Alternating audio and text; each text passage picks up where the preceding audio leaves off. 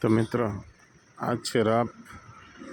આ કામ આપે છે 2 આયરું કપાસને પાડવામાં. તો મિત્રો આવી રીતે કપાસને આયરું 2 પાડવાની હોય છે, જે રિવર્સ ગિયરમાં હાલતું હોય છે ટ્રેક્ટર. તો આવી રીતે 2 આયરું લેતું જતું હોય છે, જે રિવર્સ ગિયરમાં હાંકવાનું હોય છે ટ્રેક્ટરને.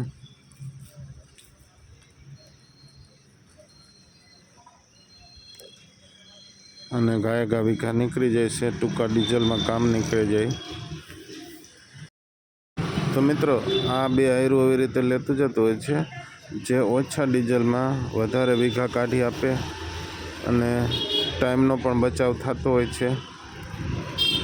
આવું કંઈક હોય છે 2 રાપુનો કમાલ, જે રિવર્સ ગિયરમાં હાંકવાનું આવતું હોય છે. ગમે તે ટ્રેક્ટરમાં હાલે છે એકદમ સહેલાઈથી, સરળતાથી, અને ઓછા સમયમાં કામ આપે. ઓછા સમયમાં સારું કામ આપે એવું કામ છે આ.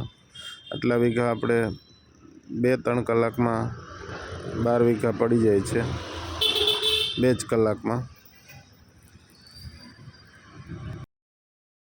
મિત્રો હવે સાઠીયું તો પડી ગઈ છે અને હવે આવી ગયું છે ઓછા ડીઝલમાં કે ઓછા માણસોમાં સાઠીયું ભેગી કરવાનું કામ.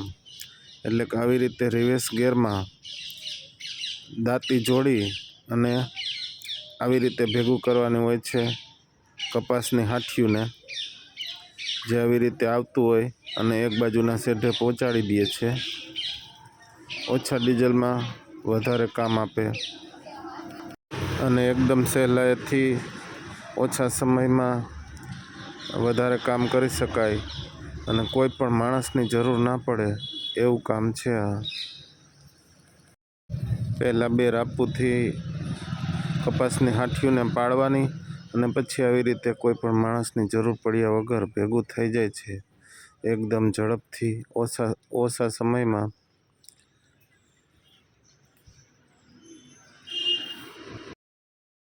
તો મિત્રો આવા નવા વિડીયો જોવા માટે અમારી ચેનલ સાથે બન્યા રહેજો. અમારા વિડીયો ગમતા હોય કે ના ગમતા હોય લાઈક કરતા રહેજો. અને આવું કંઈક ડ્રાઈવર વગરનું પણ હાલે છે ટ્રેક્ટર.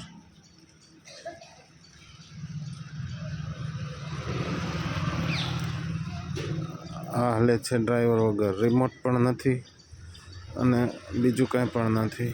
આ હાલે છે ડ્રાઈવર વગર ટ્રેક્ટર.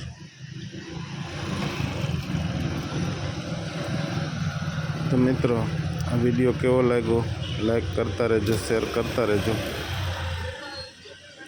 બન્યા રહેજો અમારી ચેનલ સાથે આવા નવા વિડીયો જોવા માટે. આ હાલે છે ડ્રાઈવર વગર. તો આજનો વિડીયો અહીં સુધી જ રાખશું. બાય બાય અને ટાટા.